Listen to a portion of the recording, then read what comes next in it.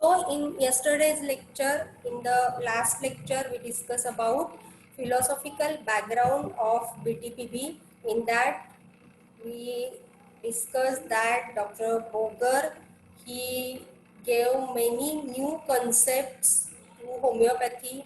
In those new concepts, doctrine of pathological general, doctrine of causation and time, then fever totality.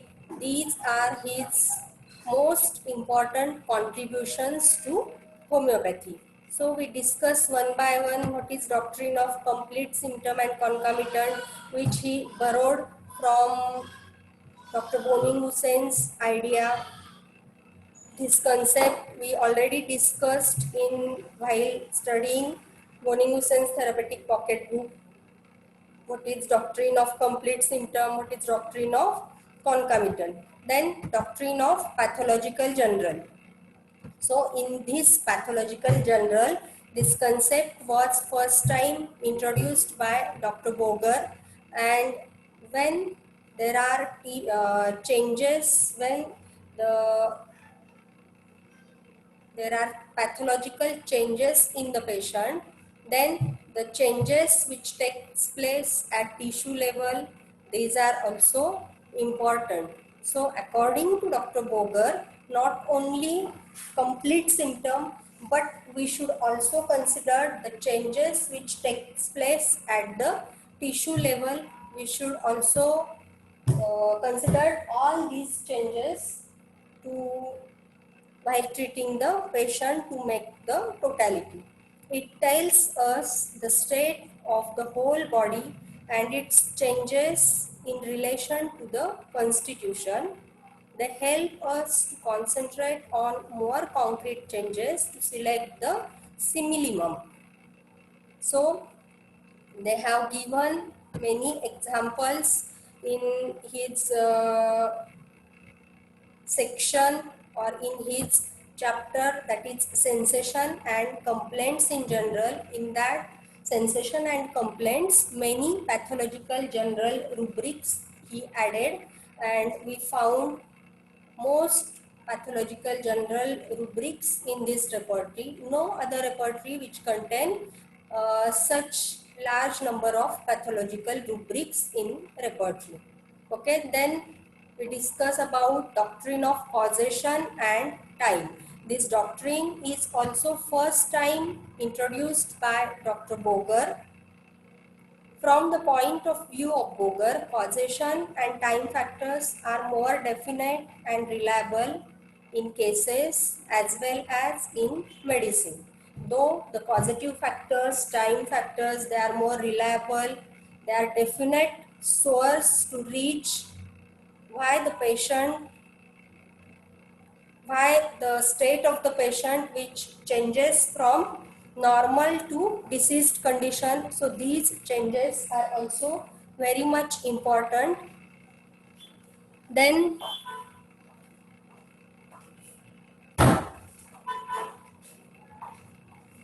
in each chapter he has included time aggravation, gives more importance to causation and general modalities, followed by general sensations which hold the key in the remedy as well as in the person. So as the causation and time factors, time modalities, they give us exact idea of the patient, and so they are very much important. They are like a key to find out the remedy, to find out the simillimum. And so in his each chapter he included the causative factors as well as time modalities in each chapter. Then evaluation of remedies, he followed the same criteria as that of Dr. Boning Hussain. As in BTPB, we discussed how remedies they are evaluated, how remedies they are graded. In the same way, in BBCR also, he gave gradations to the remedy as capital, bold, italic, Roman and Roman in parenthesis.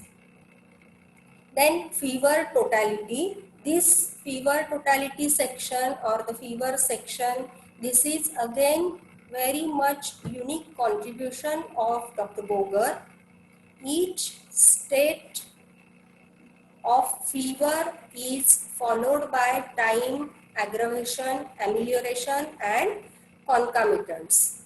They should be arranged properly in order to get similimum with the help of Boger's repertory.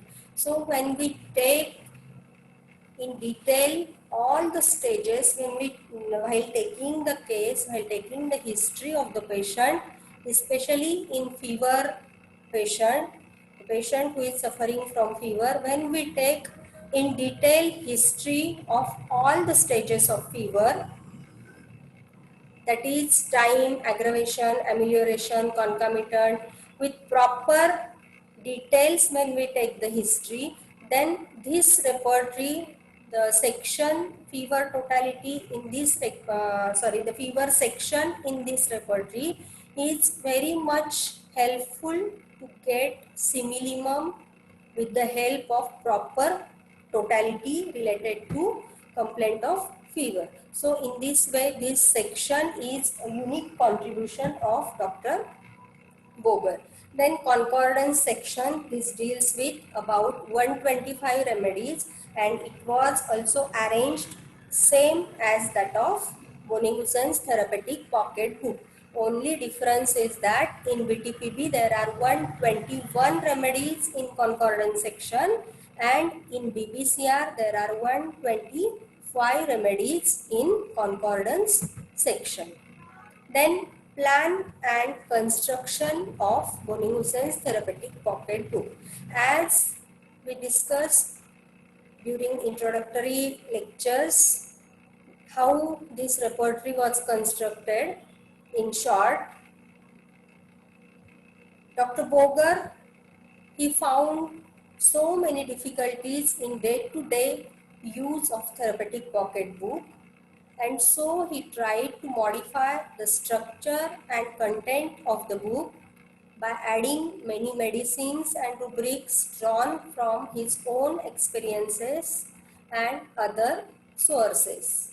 As we all know that Dr. Boger, when he go through all the literatures, all the repertories present before his time, then he liked the principles of Dr. Boninghusen and he followed that same principles and he observed that first when Boninghusen's repertories get published, they were used by all homeopaths, but afterwards when Kent's repertory it get published, then after publication of Kent repertory, though it was arranged systematically, all the symptoms, all general symptoms, particular symptoms related to each part, mental symptoms, all are included in Kent repertory. So many physicians, many homeopaths, they prefer Kent repertory than Boninghusen's repertory.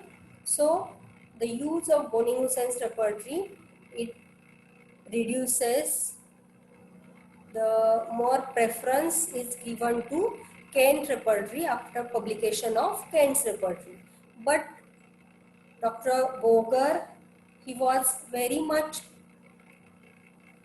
he liked the principles of Dr. Boninghusen, and when he go through all his repertories, especially therapeutic pocket book, then he found that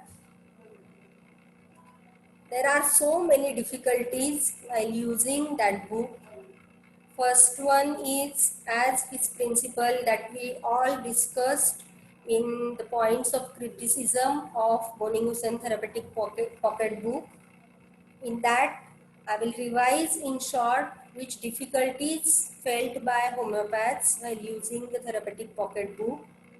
As Dr. Boninghusen's principle, as he gave more importance to complete symptom, but in BTPB, while arranging his repertory, the concomitants, they are scattered all over. They are not arranged properly in the repertory as like location, sensation and modality. Then mind section is very short. Very few rubrics are included in mind section. Only about 36 rubrics are there in mind section. So because Dr. Poning Hussain, he only used the rubrics related to mind during final choice of remedy, final evaluation of remedies. So he included, as he was not giving importance to symptoms of mind, he included very less number of rubrics related to mind, as well as in his repertory. When we go through repertory, very few number of rubrics are included, as well as very few number of medicines they are included in this repertory, so that we cannot able to find out each and every symptom properly in this book. So these are the first difficulties in the structure, in the content of the book. And to overcome these difficulties and to bring back all the principles of Dr. Poning Hussain, Dr. Boger, he tried to modify the structure and content of therapeutic pocket book by adding many medicines and rubrics drawn from his own experiences and other sources. So what Dr. Boger he do while writing his own index of symptom, he followed the same principles of Poning Hussain. He added few new concepts, new philosophical concepts to homeopathy.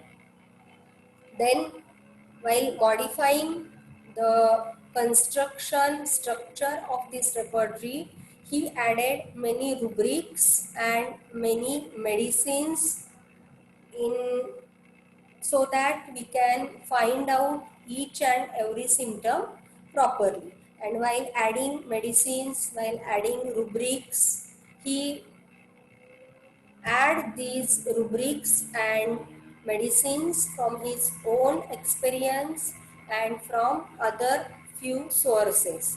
So which are these sources?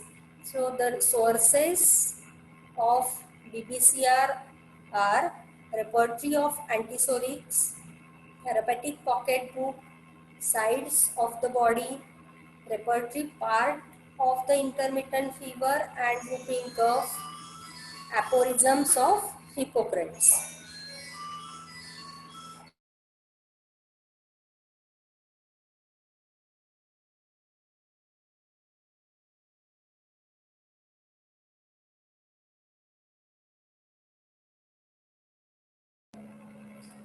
So in this way, repertory of antisorics, therapeutic pocket book, sides of the body, repertory part of the intermittent fever and whooping cough, aphorisms of Hippocrates. These are the sources of BBCR. So how many chapters are there in this repertory and how they are arranged? This also we discussed in the previous lecture, but we go through all these things one by one. So there are total number of chapters in this repertory are 53, and we discuss one by one how they are arranged. So it starts from mind section and ends on conditions of aggravation and amelioration in general. So the first section in this repertory is mind, then sensorium, vertigo, head, eyes, ears, nose, face, teeth, mouth, appetite, thirst, taste, eructation, water brush and heartburn, hiccough, nausea and vomiting, stomach, hypochondria, abdomen, inguinal and pubic region, flatulence, stool, anus and rectum conditions, perineum, prostate gland, urine, urinary organs, genitalia, sexual impulse, menstruation, respiration, cough, larynx and trachea, voice and speech, neck and external, then chest and inner, back, scapular, upper extremities, lower extremities, sensation and complaints in general, then glands, bones, skin, sleep, falling asleep is also included, then fever, pathological rubrics are there in fever, blood, heat and fever in general, sweat, compound fever, conditions in general, and conditions of aggravation and amelioration. And the last section is concordance section, which is arranged as that of BTPP, and lastly there is word index. So in this way these sections are arranged in the repertory. The chapters can be classified in two groups: general section and regional section. In regional section, location, sensation, modality, concomitants and cross references are given. Then subsections in a chapter.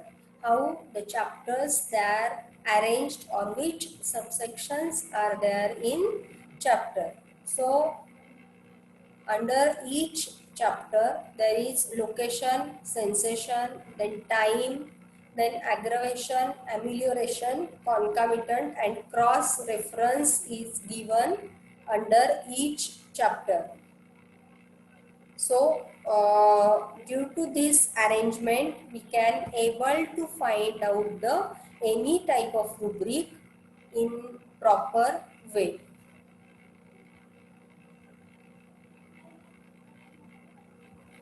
Then how the chapters are arranged. In most of the chapters it starts with general rubric. Location rubrics are followed by subdivisions of parts. Means when we open any chapter, then it starts with general rubric. For example, if we open the nose section, then there are general rubrics related to nose. Then location rubrics are followed by subdivisions of parts. Then right side, for example, location means right side, left side.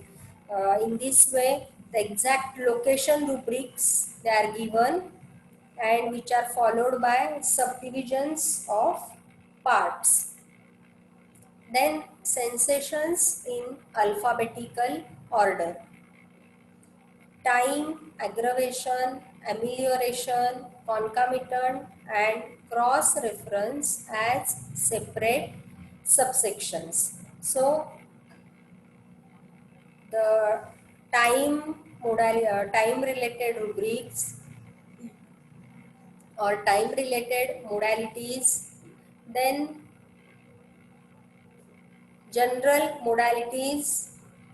In that, first aggravation is given related to that part, then ameliorations are given related to that part, then concomitants and cross references it was given as separate subsection. So most of the chapters it starts with general rubric, then location rubrics which are followed by subdivisions of parts, sensations in alphabetical order, and then time, aggravation, amelioration, concomitant and cross reference as separate subsections we found in the repertory. And due to this systematic arrangement of all rubrics of each symptom, we can easily find out the complete symptom with its location, sensation, modalities, concomitants, and as well as cross references. Then typography, how the rubrics they are written in the repertory. As we discussed about the typography of remedies in this repertory, there are 5 grades given to the remedies: capital, bold, italic, Roman, and Roman in parentheses. In the same way, typography is also given to rubrics. When you go through the rubric, then you found that there is the way of writing down the main rubric, the sub-rubric, it is different. The main rubrics which we found in this repertory, which are written in bold letters, then the sub-rubrics which are written in italics. In regional sections, abbreviations of locations are mentioned in italics. What is abbreviation? Abbreviation means short form. So in regional sections, the sections related to parts of the body, in that regional sections, the abbreviations of locations are mentioned in italics. Then right and left side, it is given as L if it is left side and R if it is right side. Then side affinity for some medicines as left or right, it was written in small l and r, and right and left side it was written in capital L and capital R, and side affinities it was written in small l and small r, which is, if you go through repertory, then on page number 260 the side affinity you found, and on page number 26 you found the right and left, which is written in capital letters L and R. So in this way this repertory is constructed very well, and while constructing this repertory, there are, in the repertory proper part, there are about 53 sections, and while arranging these sections, Dr. Boger, he followed the concept of Dr. Boning Hussain, that is, he arranged all regional sections in as it should be a complete symptom. So when you go through regional sections, the sections related to any particular region or part of the body, then you found that it was very well arranged as a complete symptom, that under each region, under each part of the body, we found location, then sensation, then modality and concomitants, and after completing symptom, at the end of each section we found the cross references related to that section, as well as in subsections in this chapter. In a chapter we found the symptoms that are arranged like location, sensation. Then in modalities, first modalities related to time, then general aggravations. In time modalities also, first aggravating modalities related to time, and then ameliorating modalities related to time it was given, then aggravation, then amelioration, and lastly concomitants and cross references are given in or arranged in subsections in the chapter also. So in this way, this repertory is very well and systematically arranged by Dr. Boger by following the principles of Dr. Boning-Hussain, and he elaborate the therapeutic pocket book in by adding many rubrics and medicines in this repertory. So in this way,